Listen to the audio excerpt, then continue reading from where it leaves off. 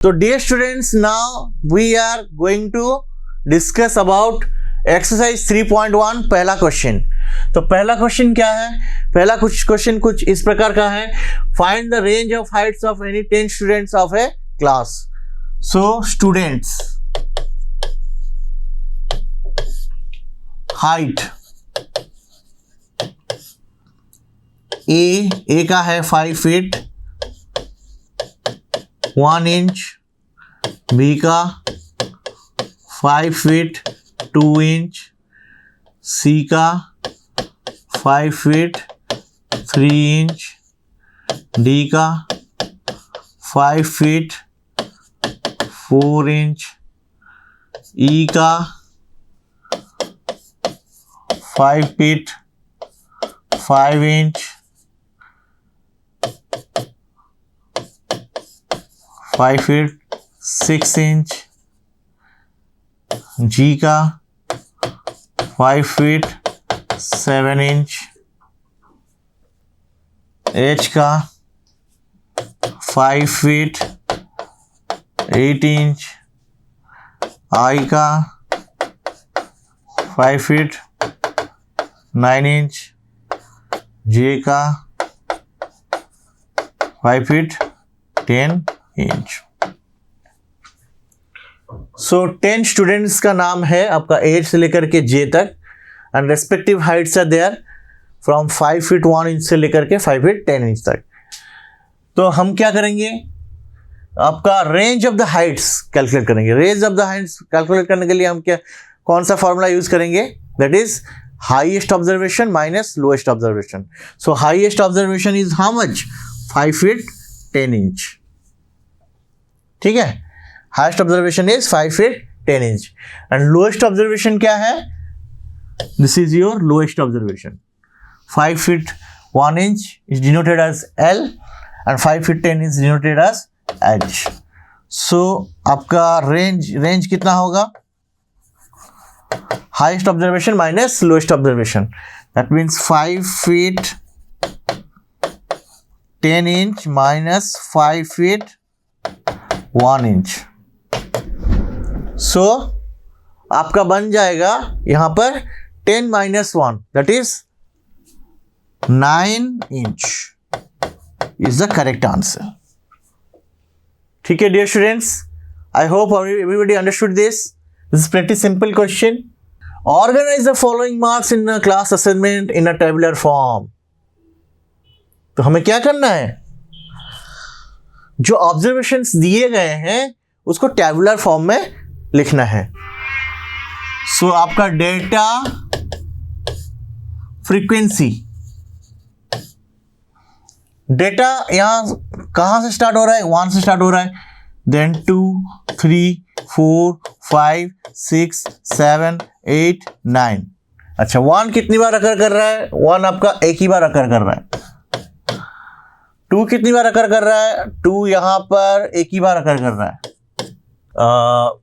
Here the data is represented in the left hand side and the frequency is represented on the right hand side. Okay, so पहला question क्या है? Which number is the highest? Highest कौन सा number आपका है, यानी कि highest mark कौन सा नंबर है इस क्लास असेसमेंट में? सबसे ज़्यादा मार्क्स किसने रखा है? तो अगर देखा जाए तो 5 मार्क्स ज़्यादा टाइम अकर कर रहा है, यानी कि 5 जो है आपका 5 टाइम अकर कर रहा है। तो which is the highest? ठीक है, which number is the lowest? Lowest कौन सा नंबर अकर हो रहा है? आपका 1 3 8 9, ये है आपका लोएस्ट नंबर। ठीक है, next, what is the range of the data? Range of the data का मतलब क्या होता है? आपका highest observation minus lowest observation. Highest observation is what? 9 and lowest observation is what? 1. So 9 minus 1 is 8, irrespective of the frequency of their respective observations. Next, question number 2 का bit 4. Find the arithmetic mean. So arithmetic mean क्या होता है? It is a central tendency of certain number of observations, and when we add or sum the number of observations divided by total number of observations, we get the arithmetic mean or average. So in this particular case, 1 is occurring how many times? 1 is occurring how many times? That is 1 time. 2 is occurring how many times? 2 is occurring 1 times. हम arithmetic find out करने के लिए, arithmetic mean find out करने के लिए क्या formula use करेंगे? x1 plus x2 plus x3 up to xn divided by n. मान लो यहां पर 5 बार अकर कर रहा है, तो हमें क्या करना है? 5 प्लस 5 प्लस 5 प्लस 5 प्लस 5 बार ऐड करने के बदौलत हम लोग क्या करेंगे?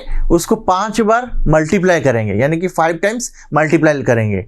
यानी कि जो नंबर है आपका, जो ऑब्जर्वेशन है, उसका फ्रीक्वेंसी के साथ उसको मल्टीप्लाई करना पड़ेगा. वो मल्टीप्लाई करके हम क्या करेंगे? उसका एडिशन और सम निकालेंगे bye total number of observation. Total number of observation over here is 20. Is it clear? I hope everybody understood this. हम लोग क्या करेंगे? सबसे पहले एक टेबुलर फॉर्म बनाएंगे. 4 कितनी बार है? 1 2 3. ठीक है. 5 कितनी बार अकर कर रहा है?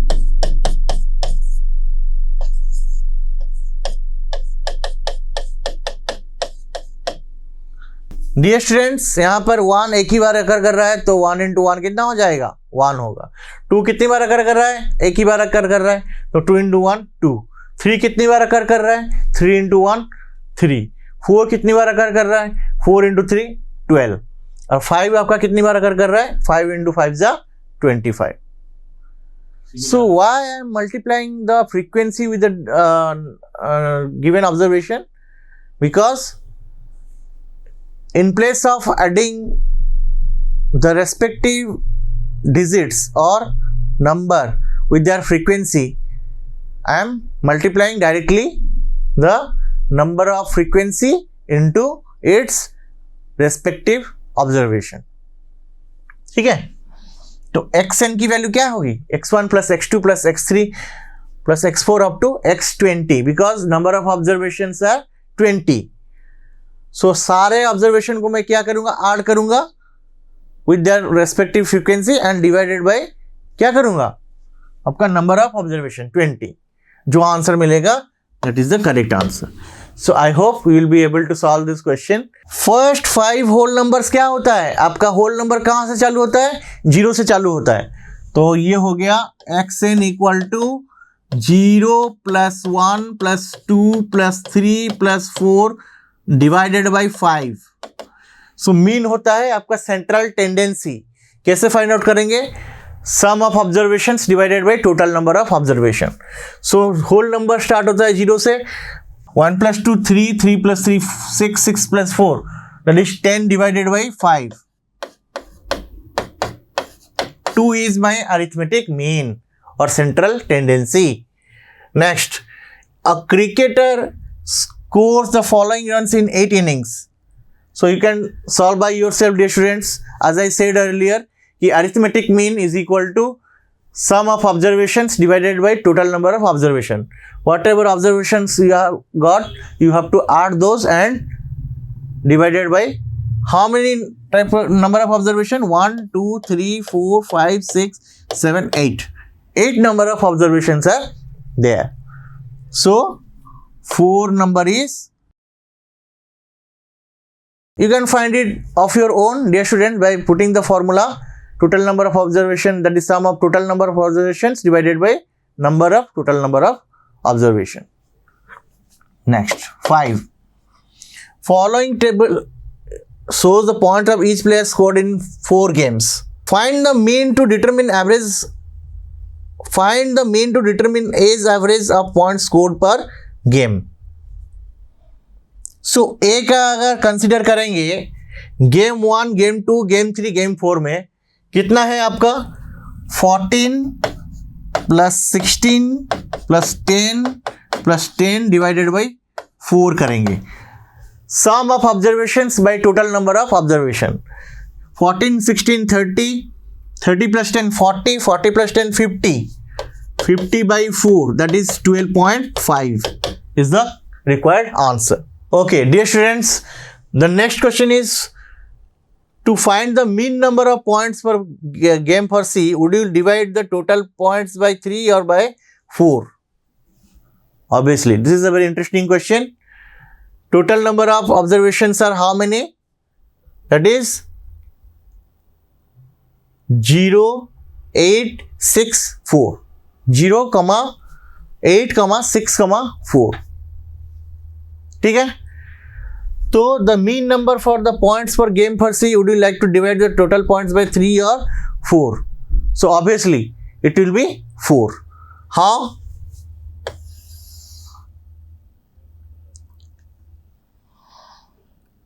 That is 0 plus 8 plus 6 plus 4 divided by 4. So 8 plus 6 is how much? 14. 14 plus 4, that is 18 divided by 4 is the required answer. B played in all the 4 games. How would you find mean? B played in all the games. So how would you find them? Find the mean. That is 0 plus 8. 8 plus 6 is 14. 14 plus 4 is 18. 18 divided by 4. So 18 divided by 4 is how much? 4 into 4 ja.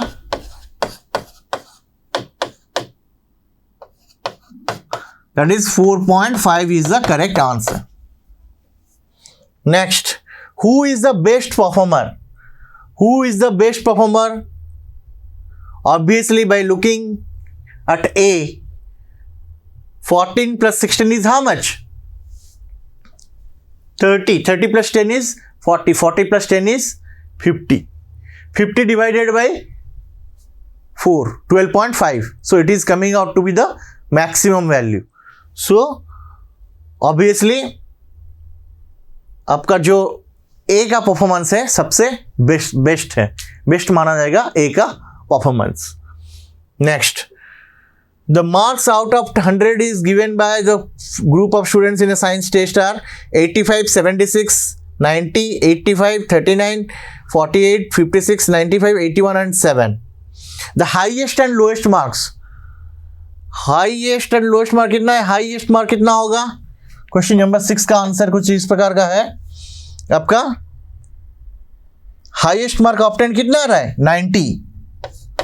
Highest mark is 90 and lowest mark is how much? 39. Got it, dear students? I hope everyone got this. Range of the marks obtained. Range of the marks के लिए हम लोग क्या करेंगे? Dear students, what is the formula for range? Range is highest observation minus lowest observation. तो highest observation जो है वो क्या है? आपका 90. Lower observation जो है आपका क्या है? 39. So range is 90 minus 39. What is the formula for finding out range? Highest observation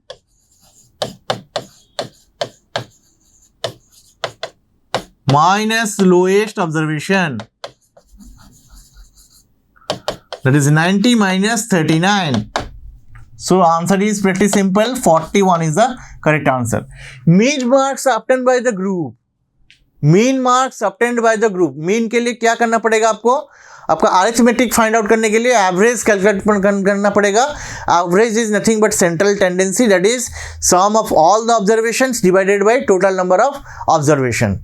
so you can find it the answer of your own. If any doubt arises in the next class, I will clarify it. Thank you, dear students. Question number 7. The enrollment in a school during 6 consecutive years as follows. So, these are my observations. These are my observations. So, we have to find out the mean value. Mean value is nothing but your central tendency or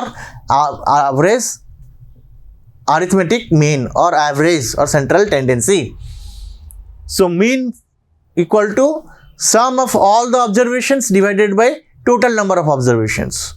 आपको number of observations दिए गए हैं, उनको add करने पड़ेंगे और जो answer आएगा उसको डिवाइड करेंगे number of observation के जरिए.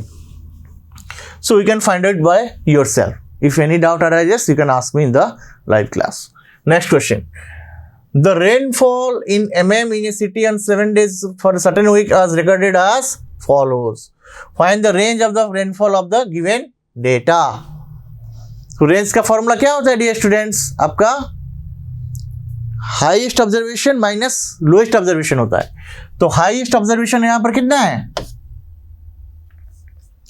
हाईएस्ट ऑब्जर्वेशन है आपका फ्राइडे के दिन. देखो डियर स्टूडेंट्स 20.5 है यहां पर एंड लोएस्ट ऑब्जर्वेशन कितना है यहां पर? 0.0 लोएस्ट ऑब्जर्वेशन. सो रेंज कितना होगा? 20.5 माइनस 0.0.